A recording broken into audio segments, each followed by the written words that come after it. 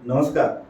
बहुचर्चित आणि बहुप्रतीक्षित तलाठी भरती नुकतीच या ठिकाणी सरकारने जाहीर केलेली आहे. लवकरच तलाठी भरतीची आपल्याला जाहिरात आलेली दिसेल. आता पहा, बरेच विद्यार्थी मागील 2-3 वर्षापासून तलाठी भरतीची ऍड येण्याची वाट पाहत आहेत. बऱ्याच जणांचा अभ्यास झालेला असेल, बऱ्याच जण तयारी करणारे असतील, बऱ्याच जणांनी आणखी अभ्यासाला सुरुवात पण केलेली नसेल. पहा, तलाठी ही एक अशी नोकरी आहे की ती प्रत्येकाला असावी वाटते. आता त्या तलाठी भरतीमध्ये नेमकं काय आहे हे माहिती नाही, परंतु स्पर्धा परीक्षेची तयारी करणारे जेवढे काही विद्यार्थी असतील महाराष्ट्रातले, ते सर्वजण तलाठी भरतीचे फॉर्म भरत असतात. मग आता तुम्ही जर नवीन असाल तर तुम्ही सुद्धा या भरतीमध्ये फॉर्म भरून तुम्ही त्या ठिकाणी नोकरी जॉईन करू शकता. सर्वात चांगली नोकरी म्हटलं तरी चालेल आणि एकदम शेतकऱ्याशी कनेक्टेड असलेली नोकरी म्हणजेच तलाठी नोकरी. आणि यामध्ये सगळ्या गोष्टी सुविधा वगैरे आणि पगार पाणी सगळ्या गोष्टी चांगल्या असतात. ठीक आहे. त्यामुळं तलाठी नोकरी, तलाठी जर तुम्हाला मिळवायची असेल पोस्ट, तर तुम्हाला या ठिकाणी तयारी करावी लागणार आहे आणि ती तयारी महिना 2 महिने करून चालणार नाही. तर तुम्हाला आत्तापासून त्याची तयारी करावी लागेल. म्हणजे 1-2 महिन्यामध्ये जर जाहिरात आली तर त्या टायमाला तुमचा अभ्यास कंप्लीट झालेला पाहिजे. आणखी 2 महिन्यात जर जाहिरात आली तर इथून पुढचे 2 महिने आणि जाहिरात आल्याच्या नंतर पुढे 1-2 महिने आपल्याला भेटत असतात.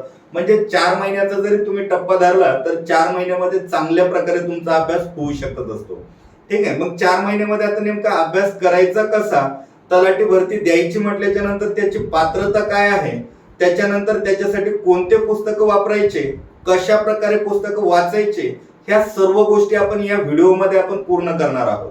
लक्ष द्या, तलाठी भरती ही सरकारतर्फे किंवा जिल्हा निवड समितीतर्फे घेतली जाणारी परीक्षा आहे. ठीक आहे. आता मागील काही वर्षापासून जर पाहिलं तर सरकार काय करत असतं, एखाद्या कंपनीला कॉन्ट्रॅक्ट देत असतं आणि त्या जागा आम्हाला एवढ्या भरून द्या असं म्हणून त्या कंपनी मार्फत परीक्षा घेतल्या जात होत्या. ठीक आहे. त्याच्या अगोदर जिल्हा निवड समिती मार्फत परीक्षा घेतल्या जायच्या. ही तलाठी भरती सुद्धा जिल्हा निवड समिती मार्फत घेतली जात होती आतापर्यंत. परंतु आता जर एखाद्या कंपनीला दिले तर ती कंपनी मार्फत आपली भरती या ठिकाणी काय होईल, घेतल्या जाईल. जिल्हा निवड समिती मार्फत ज्यावेळेस परीक्षा घेतली जायची त्यावेळेस प्रत्येक जिल्ह्याचा पेपर वेगवेगळा होता. परंतु जर आता एखाद्या कंपनी मार्फत जर पेपर घेण्यात आला तर या ठिकाणी संपूर्ण महाराष्ट्रातला पेपर एक सेम राहील, सारखाच राहील. ठीक आहे. त्याच्यामुळे तुम्हाला आता अभ्यासाचा या ठिकाणी काय वाढवावं लागणार आहे, स्पीड वाढवावं लागणार आहे आणि डीप मध्ये थोडा अभ्यास करावा लागणार आहे. पहिलं जिल्हा वाईज पेपर निघायचे. काही जिल्ह्यांचा सोपा पेपर असायचा, काही जिल्ह्यांचा अवघड पेपर असायचा. ठीक आहे. म्हणजे आता जो पेपर होणार आहे तो महाराष्ट्रामध्ये, संपूर्ण महाराष्ट्रामध्ये एकच पेपर होईल अशा हेतून आपल्याला आता अभ्यास करायचा आहे.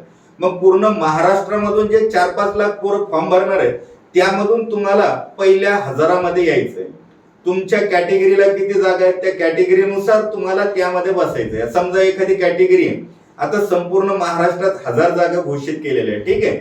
मग तुमच्या कॅटेगरीला समजा महाराष्ट्रामधून 10 जागा आल्या तर त्या 10 मध्ये तुम्हाला बसायचंय. किती? 4 लाख मुलांमधून पहिल्या 10 मध्ये तुम्हाला बसायचंय. ठीक आहे.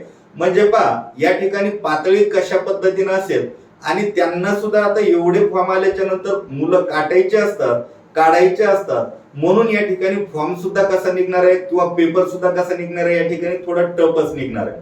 म्हणून तुम्हाला जो अभ्यास करायचा आहे तोही त्याच पद्धतीनं करावा लागेल ज्या पद्धतीनं ते म्हणजे परीक्षा काढतील किंवा पेपर कंडक्ट करतील. ठीक आहे. मग पहा, आता एक मुद्दा पाहिला की पेपर कोण घेणार, तर एखाद्या कंपनी मार्फत घेतल्या जाणार आणि जिल्हा वाईज नसणार तर पूर्ण महाराष्ट्रामधून एकच पेपर येणार आहे. ठीक आहे. आता पात्रता पाहू आपण. तलाठी भरतीची परीक्षा द्यायची. ठीक आहे. मग आता तुम्ही बसता की नाही किंवा फॉर्म भरू शकता का नाही ते पाहायचं आपल्याला. ठीक आहे. जर तुमचं ग्रॅज्युएशन झालेलं असेल, मग कोणत्याही पदासाठीचं ग्रॅज्युएशन असू द्या, तुमचं BA असू द्या, BSc असू द्या, BCom झालेलं असू द्या, मिनिमम तुमचं ग्रॅज्युएशन झालेलं पाहिजे. मॅक्झिमम या ठिकाणी तुम्हाला कुठलीही पात्रता नाही. म्हणजे तुमचं PhD झालेली असू द्या, MA नेट सेट, बाकी काही या ठिकाणी पात्रता, वरची पात्रता दिलेली नाही, पण मिनिमम आपल्याला ग्रॅज्युएशन कंप्लीट पाहिजे. ठीक आहे.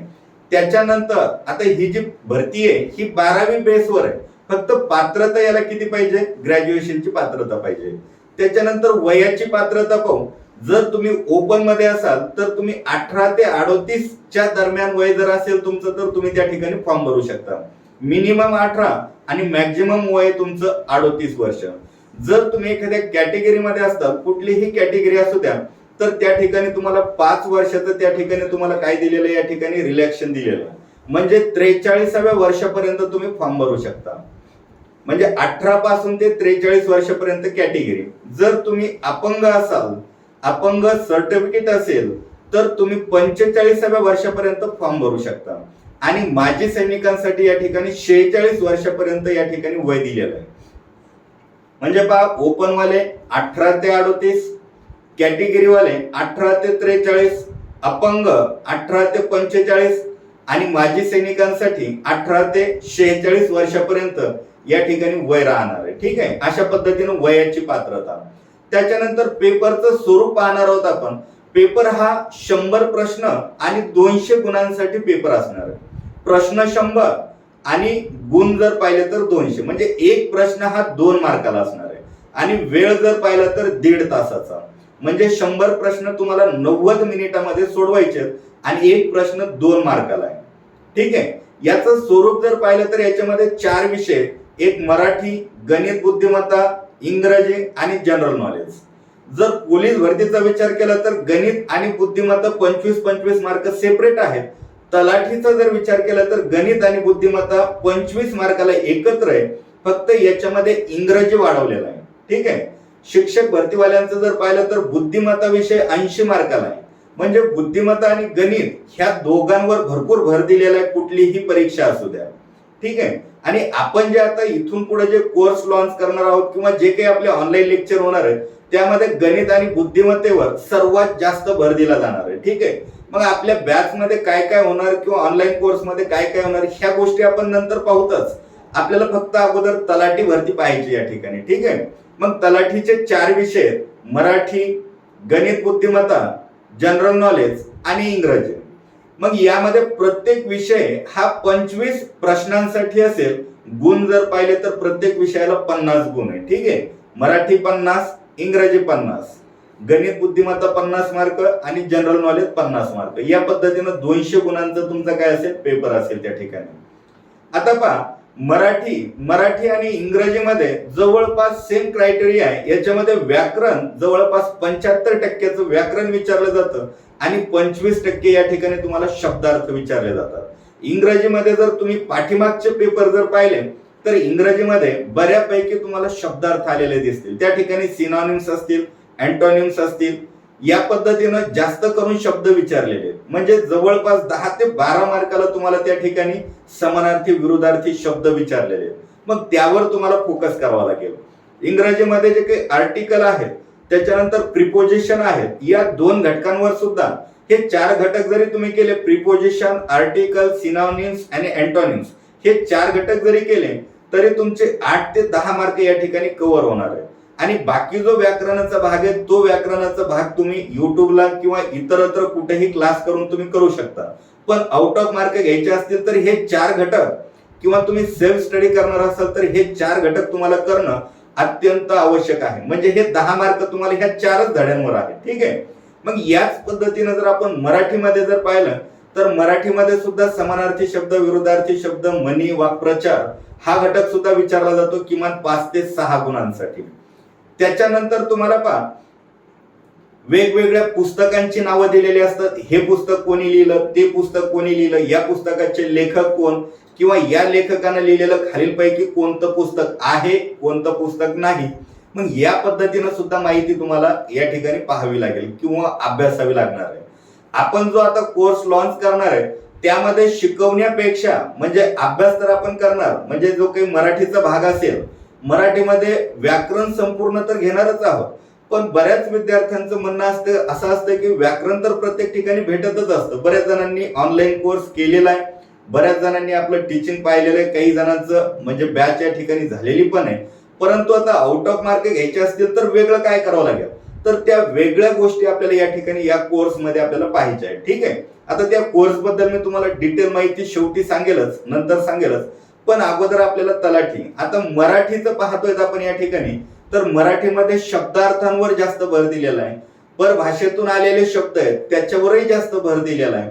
त्याच्यानंतर आता पहा, मागच्या तलाठीचा जर तुम्ही पेपर पाहिला, आता धुळ्याचं जर उदाहरण घेतलं तर धुळ्यामध्ये किंवा कुठल्याही जिल्ह्याचं उदाहरण घ्या, तुम्हाला एखाद्या अभंगाचं त्या ठिकाणी सेंटेन्स दिलेलं असतं, एखादं कडवं दिलेलं असतं आणि खाली विचारलं जातं की हा अभंग कोणाचा, किंवा कवितेची ओळ दिलेली असते, ही कविता कोणत्या कवीनं लिहिलेली आहे. अशा प्रकारचे भरपूर प्रश्न या ठिकाणी विचारले जातात. ठीक आहे. त्याच्यानंतर पहा, आता जर तुम्ही रत्नागिरीचा किंवा इकडं जर पेपर पाहिला असेल 2017-16चा पेपर पहा किंवा 19चा पेपर पहा, त्याच्यामध्ये अशा प्रकारचे प्रश्न विचारलेले आहेत. तुम्हाला 4 लेखकांची नावं दिलेली होती त्या ठिकाणी, त्यांची टोपण नावं दिलेली होती. यापैकी कोणतं नाव स्त्रीचं आहे? म्हणजे प्रश्न काय विचारतील ते मी तुम्हाला सांगतो या ठिकाणी. म्हणजे अभ्यास करत असताना तुम्हाला लेवलनं, कोणत्या लेवलनं अभ्यास करायचा आहे ते या ठिकाणी आपण पाहतोय. प्रश्न काय होता?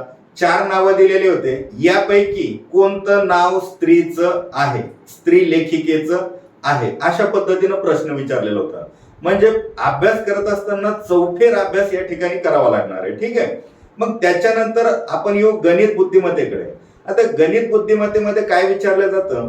जास्त करून तुम्हाला जे काही डब्बे दिलेले असतात, प्रश्न चिन्हाच्या जागी कोणता अंक येईल है ना, जे अंकमाला, अक्षरमाला, विसंगत घटक ओळखा, हे जे प्रश्न आहेत, हे प्रश्न तलाठीला जास्त विचारले जातात. पोलीस भरती आणि शिक्षक भरतीचा वेगळा आणि तलाठीचा अभ्यासक्रम वेगळा. अभ्यासक्रम सेम आहे पण प्रश्न विचारण्याची पद्धत वेगवेगळी आहे. मागचे पेपर फक्त तुम्ही सोडून पहा, तुम्हाला लक्षात येऊन जाईल की तलाठीला कशा प्रकारचे प्रश्न विचारले जातात. अभ्यासक्रम तर सेम आहे. आता शिकवणारा पण शिक्षक काय करणार, तुम्हाला जो पोलीस भरतीला शिकवतो जसं शिकवतो तसंच तुम्हाला तलाठीला शिकवणार आहे. पण हे प्रश्न जशाच तसे इकडे येत नाही. याचं प्रश्नांचं स्वरूप वेगळं असतं, यांच्या प्रश्नाचं स्वरूप वेगळं असतं. अभ्यासक्रम सेम आहे. अंकमालिका इकडं पण आहे तलाठीला, पोलीस भरतीला पण आहे, शिक्षक भरतीला पण आहे, किंवा कुठल्याही सरळ सेवेला अंकमालिका येत असते. ठीक आहे.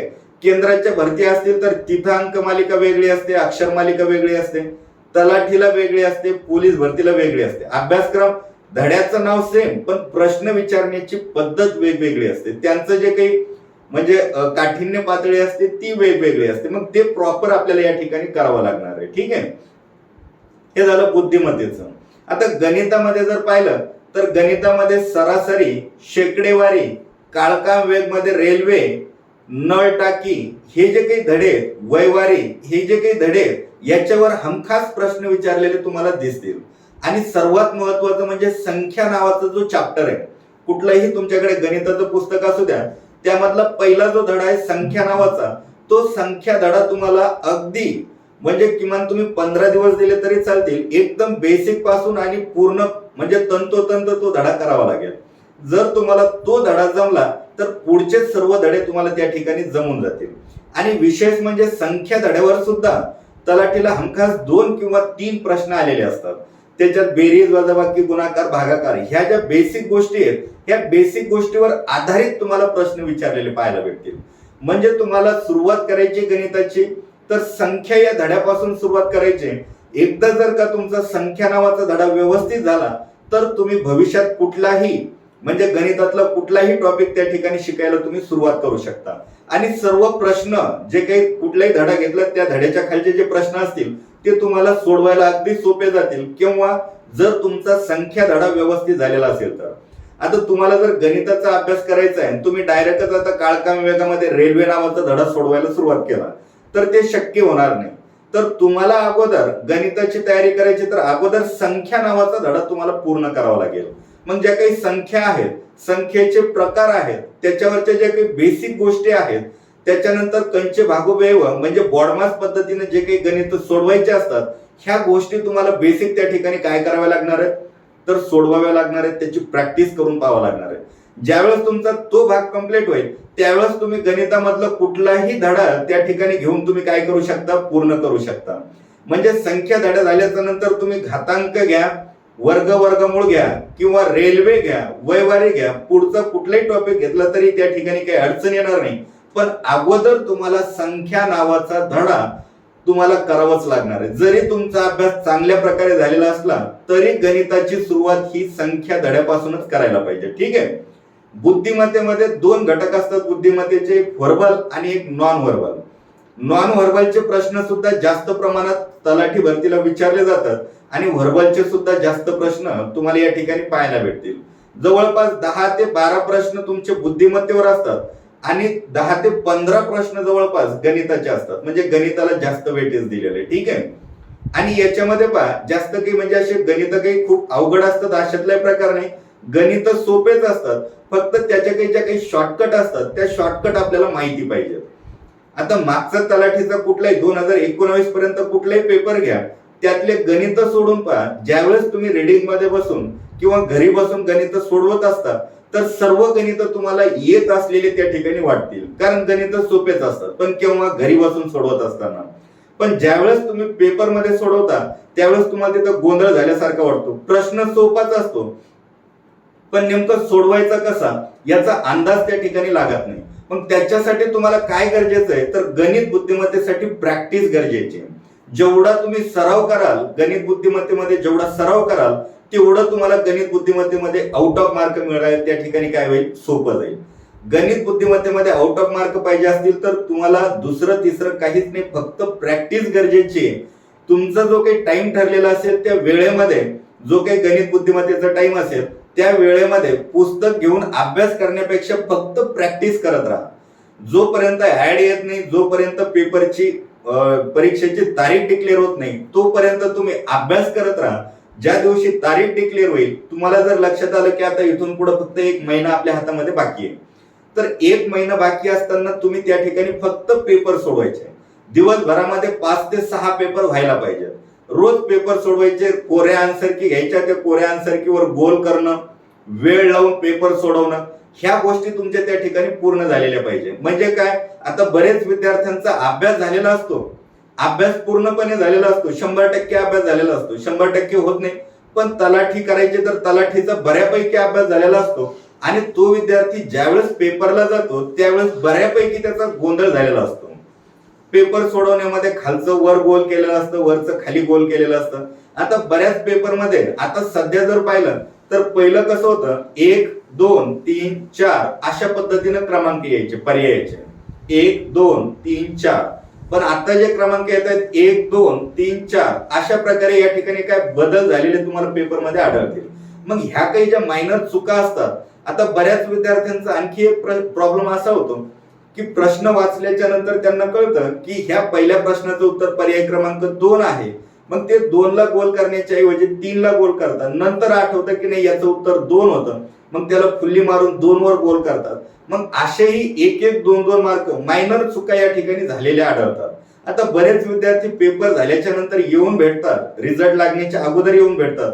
बरेच जण सांगतात की सर मला एवढे मार्क आले असते, पण माझे हे 2-3 प्रश्न काय झाले, हाताने चुकले. मग हे हाताने प्रश्न चुकू नये म्हणून तुम्हाला शेवटच्या 1 महिन्याभरामध्ये फक्त पेपरची प्रॅक्टिस करायची. जेवढे पेपर होतील तेवढे सोडवायचे. मग पाठीमागे झालेले प्रिव्हियस पेपर सोडवा किंवा बरेच पुस्तकं तुम्हाला संभाव्य या म्हणजे घटकामध्ये पेपर दिलेले आहेत. म्हणजे प्रत्येक क्लासवाल्यांनी संभाव्य पेपर काढलेले असतात, ज्याला आपण गेस पेपर म्हणतो, ते सोडवायचे. मार्केट मधलं कुठलंही पुस्तक असू द्या, पुस्तकाचा विचार नाही करायचा, आपल्याला प्रश्नपत्रिकेचा विचार करायचा आहे. वेळेचं मॅनेजमेंट आणि ज्या आपल्या काही मायनर चुका होत असतात ह्या चुका होऊ नये म्हणून आपल्याला शेवटचा 1 महिना फक्त प्रॅक्टिस करायचे, पेपर सोडवायचे. आणि पेपर सोडवत असताना आणखी एक महत्वाची गोष्ट लक्षात ठेवा. समजा तुम्ही पेपर सोडवला, आजपासून अभ्यास केला, 3 महिने अभ्यास केला, शेवटचा 1 महिना उरला, 1 महिन्यामध्ये पेपर सोडवायला लागले. समजा पेपर सोडवत असताना आता ह्या 3 महिन्याच्या अभ्यासावर तुम्ही पेपर सोडवणार आहे, ठीक आहे. मग पेपर सोडवत असताना त्या ठिकाणी समजा तुम्ही 100 प्रश्नाचा पेपर सोडवला, 100 पैकी तुम्हाला 70 प्रश्न बरोबर आले. जे 30 प्रश्न चुकले ते कसे चुकले, त्याचं उत्तर नेमकं काय होतं आणि मी नेमकं काय गोल केलं त्याचं अनालिसिस करायचं. नाही तर आपण काय करतो, पहिला पेपर सोडवला, 70 आले, पेपर सोडून देतो, कोणते चुकले त्यालाही परत पाहत नाही, ते सोडून देतो. मग हे जे 30 प्रश्न तुमचे चुकलेले असतात ते आताही चुकले आणि ज्यावेळेस मुख्य परीक्षेला तुम्ही जाताल त्यावेळेस जर ह्या 30 पैकी एखादा प्रश्न आला असेल तर तिथं तुमचा तो प्रश्न परत चुकणार आहे. मग त्याच्यामुळे पेपर सोडवत असताना जे प्रश्न चुकलेले आहेत ते प्रश्न परत चुकू नये म्हणून त्याचं अनालिसिस करायचं. याचं प्रश्नाचं उत्तर चुकलं, मग नेमकं काय पाहिजे होतं उत्तर आणि मी काय केलं ह्याचं अनालिसिस तुम्ही घरी बसून करणं आवश्यक आहे. जे काही तुम्हाला 100 पेपर सोडवायचे, समजा शेवटचा 1 महिनाभर तुम्ही पेपर सोडवणार आहे, वेळ किती तुमच्याकडे, समजा 30 दिवस, प्रत्येक दिवशी जर 3-3 पेपर जरी म्हटलं तरी तुमचे 90 ते 100 प्रश्न पेपर त्या ठिकाणी सोडवणं होतील. आणि 100 प्रश्न जर तुम्ही 100 पेपर जर तुम्ही त्या ठिकाणी सोडवले, प्रॅक्टिस केली, तर तुम्हाला एक दिवस असा आठवेल ज्यावेळेस तुम्ही 101वा पेपर सोडवताल त्यावेळेस तुम्हाला लक्षात येईल, किंवा 60-70च्या पुढचे ज्यावेळेस तुम्ही पेपर सोडवताल त्यावेळेस तुमच्या असं लक्षात येईल की अरे हा प्रश्न तर अगोदरच्याच पेपरमध्ये मी सोडवलेला आहे. तिथं पाहायची गरज नाही, फक्त तुम्ही टिक मार्क करत जाताल. म्हणजे रिपिटेशन झालेलं तुम्हाला बऱ्यापैकी त्या ठिकाणी आढळेल. मग 100 प्रश्न म्हणजे 100 पेपर ज्यावेळेस सोडवता, 100 पेपर म्हणजे तुमचे त्या ठिकाणी जवळपास 10,000 या ठिकाणी काय झालेले असणार आहेत, प्रश्नांची प्रॅक्टिस झालेली असणार आहे. मग त्या 10,000 प्रश्नांच्या प्रॅक्टिस पैकी आपल्याला ज्यावेळेस मुख्य परीक्षेला जायचंय 50% प्रश्न तुमचे त्या ठिकाणी रिपिटेशन झालेले आढळतील. म्हणजे तुम्हाला अभ्यास किती करायचा, फक्त 50%. 50% तर हे रिपिटेशन मध्ये यायले, तुमच्या मागच्या पेपर मधले प्रश्न त्या ठिकाणी भेटणार आहेत किंवा त्याच्याशी रिलेटेड प्रश्न त्या ठिकाणी येतील, है का नाही. म्हणजे अशा पद्धतीने अभ्यास करायचा आहे. आता इथून पुढे लक्षात ठेवा, 4 महिने तुमच्या हातात आहेत असं गृहीत धरा. मग या ठिकाणी हार्ड स्टडी करण्यापेक्षा स्मार्ट स्टडी त्या ठिकाणी करणं आवश्यक आहे. आता मी 4 महिने म्हणतोय म्हणजे 4च महिने बाकी असतील अशातला प्रकार नाही, पण टार्गेट ठेवत असताना 4 महिन्यात मला तलाठीचा अभ्यास पूर्ण करायचा आहे या हेतून तुम्ही अभ्यासाला लागा. ठीक आहे. आता सरकारनं घोषणा केलेली आहे, नोटिफिकेशन काढलेलं आहे, 1000 पदांची भरती काढायची. मग त्यांनी भरती कधीही काढू, मग जाहिरात येईपर्यंत जर तुम्ही वाट पाहत बसले तर जाहिरातीपासून पुढचा जो पेपरच्या दरम्यानचा जो कालावधी 1-2 महिन्यामध्ये अभ्यास होत नसतो. बऱ्याच विद्यार्थ्यांनी 5-5 वर्षापासून तयारी केलेली, परंतु त्यांचा आणखी रिझल्ट आलेला नाही.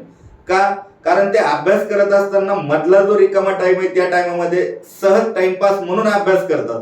ज्या दिवशी भरती निघत असते, जाहिरात येत असते, तिथून पुढे ते सिरियसली अभ्यास करायला सुरुवात करतात आणि रिझल्ट हातामधून जात असतो. सिरियसली अभ्यास करायचा आहे तर आजपासून ते परीक्षा कधी होऊ तोपर्यंत पूर्ण अभ्यास तुमचा व्हायला पाहिजे. आणि प्रत्येक भरतीची तुम्हाला त्या ठिकाणी काय करावे लागणार आहे, प्रॅक्टिस करावी लागणार आहे, प्रिव्हियस पेपर सोडवावे लागणार आहे.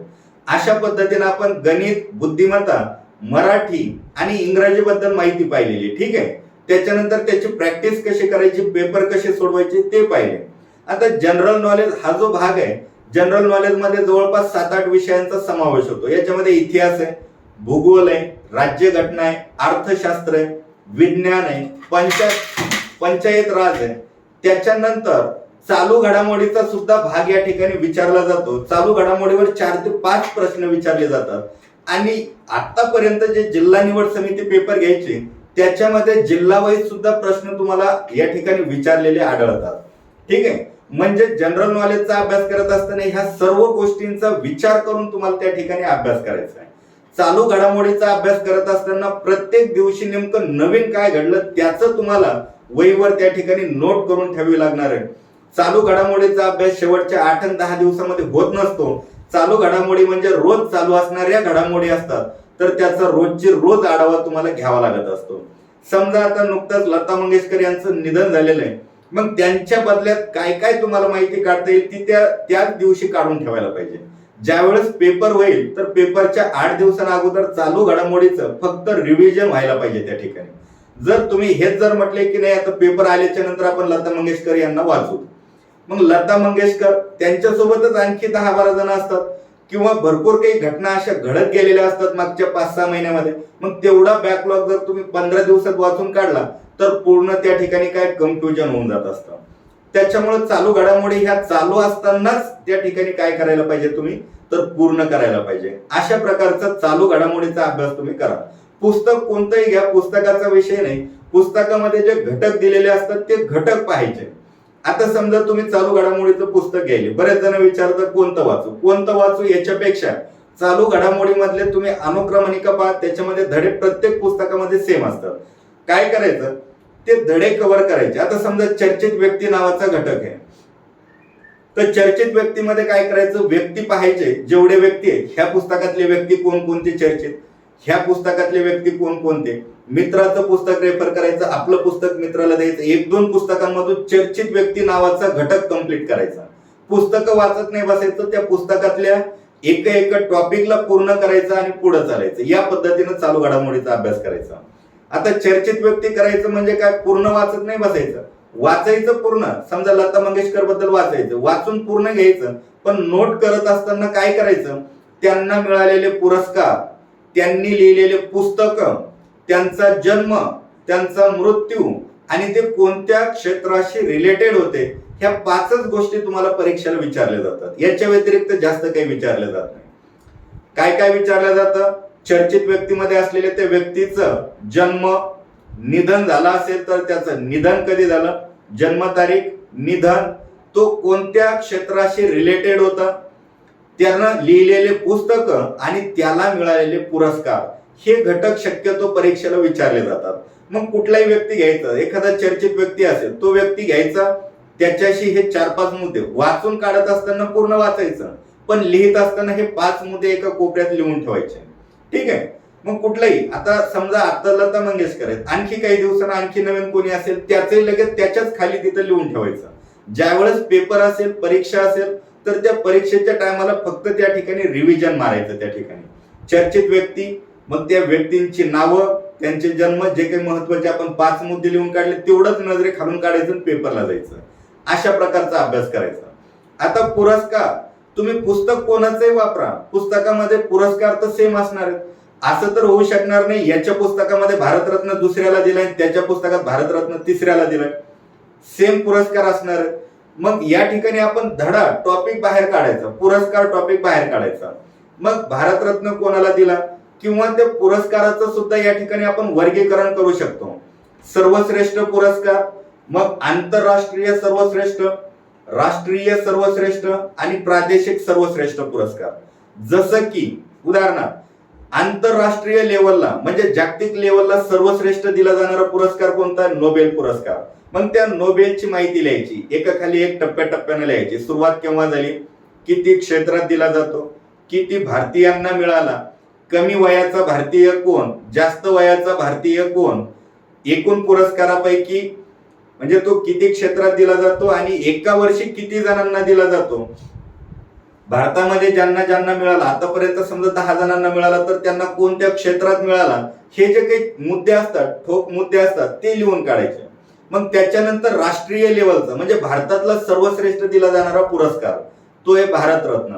मग भारतरत्न बद्दलची माहिती लिहायची. भारतरत्नाची सुरुवात केव्हा झाली, कशा प्रकारे दिला जातो, त्याचं स्वरूप काय आहे, आतापर्यंत किती लोकांना मिळाला, कितव्या क्रमांकाचा मिळाला, वयोवृद्ध कोण, कमी वयाचा कोण, महिला किती, जिवंत व्यक्ती किती, अशा पद्धतीने याचं डिवायडेशन करायचं म्हणजे तुमचा मार्क जाणार नाही.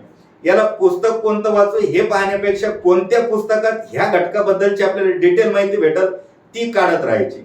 पुस्तक तुम्ही फक्त काय करायचं, विकत घेण्यापेक्षा तुम्ही मित्राचं घेतलं तरी चालेल. समजा याच्याकडे हे पुस्तक आहे, तुमच्याकडे ते पुस्तक आहे, त्या दोन्ही पुस्तकांमधून तो टॉपिक कंप्लीट करायचा.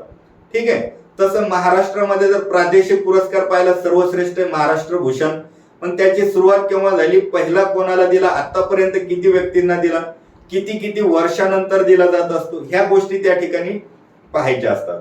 मग आता सर्वश्रेष्ठ पुरस्कार पाहिला, लगेच खाली यायचं, चित्रपटामध्ये दिला जाणारे सर्वश्रेष्ठ, मग जगामधला चित्रपटात दिला जाणारा सर्वश्रेष्ठ, भारतात चित्रपटात दिला जाणारा सर्वश्रेष्ठ, त्याच्यानंतर महाराष्ट्रामध्ये चित्रपट या क्षेत्रात दिला जाणारा सर्वश्रेष्ठ पुरस्कार, अशा पद्धतीनं. त्याच्यानंतर साहित्य, जगात साहित्यात दिला जाणारा, भारतात साहित्यात दिला जाणारा, महाराष्ट्रात साहित्यात दिला जाणारा, अशा पद्धतीनं जर तुम्ही टॉपिक कंप्लीट करत गेले तर त्या ठिकाणी तुम्हाला पुस्तक कोणतं वाचायचंय किंवा जे गोंधळ होत असतो तो गोंधळ व्हायची या ठिकाणी काय राहणार नाही, चान्स राहणार नाही. तुम्ही सुटेबल या ठिकाणी जर अभ्यास केला, सुटसुटीत अभ्यास केला, अशा प्रकारे स्मार्ट वर्क जर केलं तुम्ही, तर तुमचा रिझल्ट यायला या ठिकाणी सोपं जाईल, है ना. मग आता पुरस्कार झाला, चर्चित व्यक्ती झाले, आणखी एखादा नवीन भाग असेल, नवीन टॉपिक असेल, समजा राष्ट्रीय आंतरराष्ट्रीय घडामोडी, मग प्रत्येक दिवशी काही ना काहीतरी घडत असतं, मग तेही प्रत्येक दिवशी लिहून ठेवायचं. समजा युक्रेन आणि सध्या रशियाचं युद्ध चालू आहे, मग त्यांच्या संदर्भात काय महत्वाचं आहे, पेपरमध्ये काय येतं ते रोजची रोज पेपर वाचण्यासाठी अर्धा तास देऊनच ठेवायचा. मग ह्या काही आंतरराष्ट्रीय घडामोडी असतात तेही लिहून ठेवायचं, याच्यावर सुद्धा प्रश्न विचारले जात असतात. मग अशा पद्धतीनं चालू घडामोडीमध्ये एक एक टॉपिक कंप्लीट करत जायचा. त्याच्यानंतर पहा बदल, नेहमी बदल होत असतात. ठीक आहे. आता समजा बदल कोणते, समजा पंतप्रधानाचे सचिव कोण आहे ना, किंवा मुख्यमंत्र्याचे सचिव कोण, पीए कोण, किंवा वेगवेगळे प्रश्न विचारले जात असतात.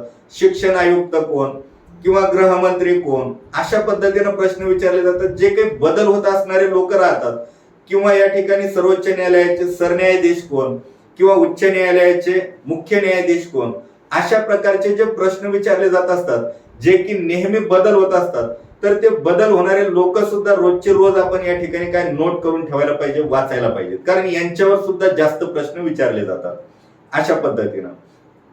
आणि बाकी जो इतिहास, भूगोल, राज्यघटनेचा भाग आहे, याच्यामध्ये जास्त बदल होत नसतो. तो फक्त एकदा वाचायचा आणि महत्वाच्या मुद्द्याला वाचत असताना अंडरलाईन करून ठेवायचे. आणि ज्यावेळेस पेपर असेल, पेपरचा जो शेवटचा 1 महिना असतो, त्या 1 महिन्यामध्ये फक्त अंडरलाईन केलेले मुद्दे नजरेखालून काढायचे असतात. कारण वाचन तर पूर्ण झालेलं असतं आपलं. वाचत असताना आपण काय केलेलं असतं, मुख्य जे काही महत्वाचा घटक असतो त्याला अंडरलाईन करून ठेवलेली असते. तेवढाच घटक फक्त आपण पेपरला जाण्याच्या अगोदर 15 दिवसामध्ये काय व्हायला पाहिजे, रीड व्हायला पाहिजे, किंवा त्याची प्रॅक्टिस व्हायला पाहिजे, रिव्हिजन व्हायला पाहिजे. अशा पद्धतीने जर तुम्ही व्यवस्थित अभ्यास केला तर कुठल्याही पदाला तुम्ही त्या ठिकाणी यशस्वी होऊ शकता. कुठलंही पद तुम्ही त्या ठिकाणी क्रॅक करू शकता. आता बरेच विद्यार्थी 5-5 वर्षापासून अभ्यास करता, त्यांचं जर तुम्ही अनुकरण केलं तर तुम्हालाही 5 वर्ष लागायला या ठिकाणी काही वेळ जाणार नाही. बरोबर आहे. आता ते मुलं काय करत असतं, फक्त पुस्तकं संपवत असतात. नवीन पुस्तकांचं वाचन झालं, ठेवून दिलं, परत एखादं नवीन पुस्तकांचं पुन्हा ते वाचून झालं की ते ठेवून देतात. ते फक्त पुस्तकं संपवत असतात. आपण पुस्तकातला धडा संपवायचा, स्मार्ट वर्क करायचं या ठिकाणी. त्यांच्यासारखं फक्त वाचून थप्पी नाही लावायची, तर आपण त्यातला भाग वेगवेगळा करायचा आणि त्यातून व्यवस्थित अभ्यास करायचा. अशा प्रकारे जर तुम्ही अभ्यास केला तर येणारी तलाठी भरती किंवा येणारी कुठलीही भरती असू द्या, तुम्ही या ठिकाणी क्रॅक करू शकता. अशा पद्धतीनं अभ्यासक्रम आहे. काय काय पाहिलं पहा, भरती कोण घेणार, पात्रता पाहिली, शैक्षणिक पात्रता, वयाची पात्रता आणि अभ्यासक्रम पाहिला आपण. अभ्यासक्रमामध्ये अभ्यास करायचा कसा हेही मुद्दे पाहिले. आता बऱ्याच जणांना, आता काही जण विद्यार्थी नवीनच आलेले असतात, ज्यांचं नुकतंच ग्रॅज्युएशन झालेलं असतं, त्यांचा आणि स्पर्धा परीक्षेचा काही संबंध नसतो. मग त्यांना एक नेहमी प्रश्न पडत असतो, सर पुस्तकं वाचायचे कोणते. तर यामध्ये पहा, भरपूर भरमसाठ मार्केटमध्ये भरपूर पुस्तकं आलेली असतात. असं बाखळा घेऊन बसायचं नाही. स्पेशल पुस्तकांची लिस्ट काढायची, त्याच्यानुसार अभ्यास करायचा. आणि कुठलेही पुस्तकं वाचत बसण्यापेक्षा प्रॉपर पुस्तकं वाचायची, तेवढाच अभ्यास करायचा. आता मागच्या काही भरतींचा जर तुम्ही विचार केला तर त्यामध्ये जे गणित बुद्धिमत्ता विचारलेलं आहे, त्या गणित बुद्धिमत्तेचा जर तुम्ही विचार केला तर सतीश वसे सरांचं फास्ट ट्रॅक गणिताचं आणि बुद्धिमत्तेचं जे पुस्तक आहे, त्यातले जशाच तसे प्रश्न पडलेले तुम्हाला त्या ठिकाणी दिसतील. मग सतीश वसे सरांचं गणित आणि बुद्धिमत्तेचं पुस्तक, वेगवेगळे 2 पुस्तकं, ते घेऊ शकता. आणि याच्या व्यतिरिक्त जर तुम्हाला वाचायचं असेल तर बुद्धिमत्तेला अनिल अंकलगी सरांचं पुस्तक आहे आणि गणितामध्ये पंढरीनाथ राणे सरांचं पुस्तक. हे जे 3 पुस्तकं मी सांगितले, सतीश वसे सर, अनिल अंकलगी, पंढरीनाथ राणे, ह्या तिघांपैकी कुठलंही एक पुस्तक घ्यायचं आणि सोडवायचं. जर तुमचं ते पूर्ण झालं असेल तर यापैकी दुसरं घ्या आणि त्याला प्रॅक्टिस करा. म्हणजे 1-2 पुस्तकं जर पूर्ण झाली तर तुमचा कुठलाही मार्क जाणार नाही. त्याच्यानंतर मराठीचा विचार केला तर बाळासाहेब शिंदे सरांच्या पुस्तकाचा तुम्ही विचार करा. पाठीमागचे आतापर्यंतचे जर पेपर पाहिले तर बरेच प्रश्न जशाच तसे आलेले तुम्हाला त्यातून दिसून येतील. मग शिंदे सरांचं पुस्तक वाचलं तरी चालेल, किंवा मग यज्ञेश जोशी सरांचं पुस्तक जे की मार्केटमध्ये सध्या उपलब्ध आहे, त्या पुस्तकातून सुद्धा बरेच प्रश्न आपल्याला आलेले दिसतात. आणि डीप मध्ये पुस्तक आहे, तेही वाचू शकतात तुम्ही. म्हणजे ह्या 2 पैकी एक. ठीक आहे. इंग्रजीमध्ये जर पाहिलं तर बाळासाहेब शिंदे सरांचं पुस्तक केलं तरी सफिशियंट आहे, भरपूर आहे. ठीक आहे. त्याच्यानंतर जीएस मध्ये जर आलो तर जीएसचं जर तुम्ही प्रत्येक विषयाचं सेपरेट पुस्तक जर घेतलं तर ते वाचायला तुम्हाला 6 महिने नाही तर 8 महिने फक्त जीएस ला जातील. मग आता सेपरेट वाचण्याचा या ठिकाणी आपल्याला काही वेळ नाही. मग याच्यासाठी तुम्ही काय करू शकता, के भुतेकर सरांचं नोबेल प्रकाशनचं जे संपूर्ण जनरल नॉलेज नावाचं जे पुस्तक आहे, नोबेल प्रकाशनचं भुतेकर सरांचं पुस्तक, तर ते तुम्ही घेऊन वाचू शकता. सरांनी डिटेलमध्ये माहिती त्यामध्ये दिलेली आहे. सर्व पुस्तकाचं एकत्रीकरण, म्हणजे तुम्हाला वेगळं पुस्तक वाचायची गरज नाही पडणार. किंवा तात्याचा ठोकळा जरी तुम्ही परिपूर्ण केला तरी त्यातून तुमचं जनरल नॉलेज बऱ्यापैकी होईल. आणि चालू घडामोडीसाठी तुम्ही लक्षवेध, बळीराम हावळे सरांचं लक्षवेध किंवा पठाण सरांचं 777 हे पुस्तक जरी वाचलं तरी तुमचं त्या ठिकाणी बऱ्यापैकी कव्हर होऊन जात असतं. आता जे लोकराज्य वगैरे जे काही वेगवेगळे मोठमोठे पुस्तक आहेत किंवा ज्याच्यामध्ये डिटेल माहिती दिली जाते हे एमपीएससी साठी तुम्ही वाचा. मी फक्त तलाठी भरतीसाठी या व्हिडिओमध्ये सांगतोय. तलाठी भरतीसाठी आता जे पुस्तकं सांगितले मी तेवढे जरी तुम्ही केले तरी तुमचा अभ्यास 90% पर्यंत कंप्लीट होऊ शकतो. मग 10% मध्ये काय तुम्हाला इतरत्र अवांतर वाचन सुद्धा ठेवावं लागणार आहे. ठीक आहे, म्हणजे जेवढं सांगितलं त्याच्यातच 100% पोस्ट मिळेल किंवा 100% अभ्यास होईल असं नाही. हे तर कराच, पण याच्या व्यतिरिक्त तुम्ही थोडंफार काय करायला पाहिजे, वेगवेगळे म्हणजे अवांतर वाचन सुद्धा करायला पाहिजे. मग ह्या 5 पुस्तकाच्या व्यतिरिक्त तुम्ही आणखी प्रश्नपत्रिका संच सुद्धा घेऊ शकता. मार्केटमध्ये आलेला एखादा प्रश्नपत्रिका संच घ्यायचा आणि रोज संध्याकाळी एक सोडवायचा आणि ज्यावेळेस पेपर असेल पेपरच्या शेवटच्या महिन्याभरामध्ये किमान रोजच्या 3 प्रश्नपत्रिका व्हायला पाहिजे. मग मार्केटमध्ये कोणतंही पुस्तक असू द्या ते पुस्तक घ्यायचं प्रश्नपत्रिकेचं आणि ते सोडवायचं. शक्यतो के सागरचे पुस्तक प्रश्नपत्रिकेला रेफर करायचे. कुठलीही प्रश्नपत्रिका जर सोडवायची तुम्हाला, तलाठी, पोलीस भरती, शिक्षक भरती कुठलीही असू द्या, के सागरचे जे पुस्तक असतात त्याच्यामध्ये चुका कमी असतात. पुस्तकांमध्ये चुका असतील तर ते आपण ऍक्सेप्ट करू शकतो, पण प्रश्नपत्रिकेमध्ये चुका असतील तर आपण ते जशाच तसं चुकीचंच पाठ करतो आणि मेन परीक्षेला जर ते आलं तर तेही आपल्याकडून चुकीचं नकळत त्या ठिकाणी गोल केलं जातं. मग इथे मार्क चालला तिथे मार्क चालला, हे कशामुळं तर त्या चुकीच्या वाचनामुळं. मग के सागरचं जर प्रश्नपत्रिका संच तुम्ही हाताळला तर त्यामध्ये कमी प्रमाणात चुका असतात. हे आतापर्यंतच्या माझ्या या ठिकाणी अभ्यासावरून मी सांगतोय. बाकी तुमची इच्छा कुठलंही पुस्तक वापरू शकता. या ठिकाणी आपण अभ्यासक्रम, पात्रता आणि तलाठी भरतीची डिटेल माहिती या ठिकाणी पाहिलेली आहे. लवकरच भरती येईल, सर्वांनी आतापासून तयारीला लागा. आपला कोर्स सुद्धा लॉन्च होणार आहे. यामध्ये गणित, बुद्धिमत्ता आणि मराठी ह्या 3ही घटकांना मी स्वतः या ठिकाणी शिकवणार आहे आणि बेसिक पासून ते ऍडव्हान्स पर्यंत, मराठीच्या शब्दार्थांपासून ते व्याकरणापर्यंत सर्व गोष्टींचा आपण या ठिकाणी समावेश करणार आहोत. गणित, बुद्धिमत्ता आणि मराठी हे जे 3 विषय, ह्या 3 विषयाचे जे काही 25-25-25 मार्क आहेत, शिक्षक भरतीला 130 मार्क आहेत ह्या 3 विषयाचे, माझ्या 3 विषयाचे. पोलीस भरतीला 75 मार्क आहेत माझ्या 3 विषयाचे आणि तलाठी भरतीला माझ्या 3 विषयाचे 50 मार्क आहेत. ह्या मार्कांची मी गॅरंटी घेऊ शकतो जर तुम्ही तो कोर्स व्यवस्थित केला, सर्व गोष्टी डिटेलमध्ये केल्या आणि प्रत्येक गोष्ट जर केली काळजीपूर्वक तर त्या मार्कापैकी फक्त 1-2 मार्क जातील. डिटेल आपण या ठिकाणी बेसिक टू ऍडव्हान्स पर्यंत या ठिकाणी शिकवण्याचा प्रयत्न करणार आहोत. सगळ्या गोष्टी आपण या ठिकाणी घेणार आहोत. लवकरच आपला कोर्स लॉन्च होईल. जर तुम्हाला याच्या व्यतिरिक्त काही अडचण असेल तर तुम्हाला डिस्क्रिप्शन मध्ये नंबर दिलेला आहे, तुम्ही त्या नंबरवर संपर्क साधू शकता. तुम्हाला व्हॉट्सअप नंबर दिलेला आहे, व्हॉट्सअप नंबरला मेसेज करून तुम्ही माहिती विचारू शकता. माझा व्हॉट्सअप नंबर 9552262397 9552262397 या नंबरवर तुम्ही संपर्क साधून तुम्ही कुठलीही माहिती विचारू शकता. मी तुम्हाला कधीही मदत करायला तयार आहे. ज्यावेळेस माझं लेक्चर असेल त्यावेळेस कॉल उचलल्या जाणार नाही.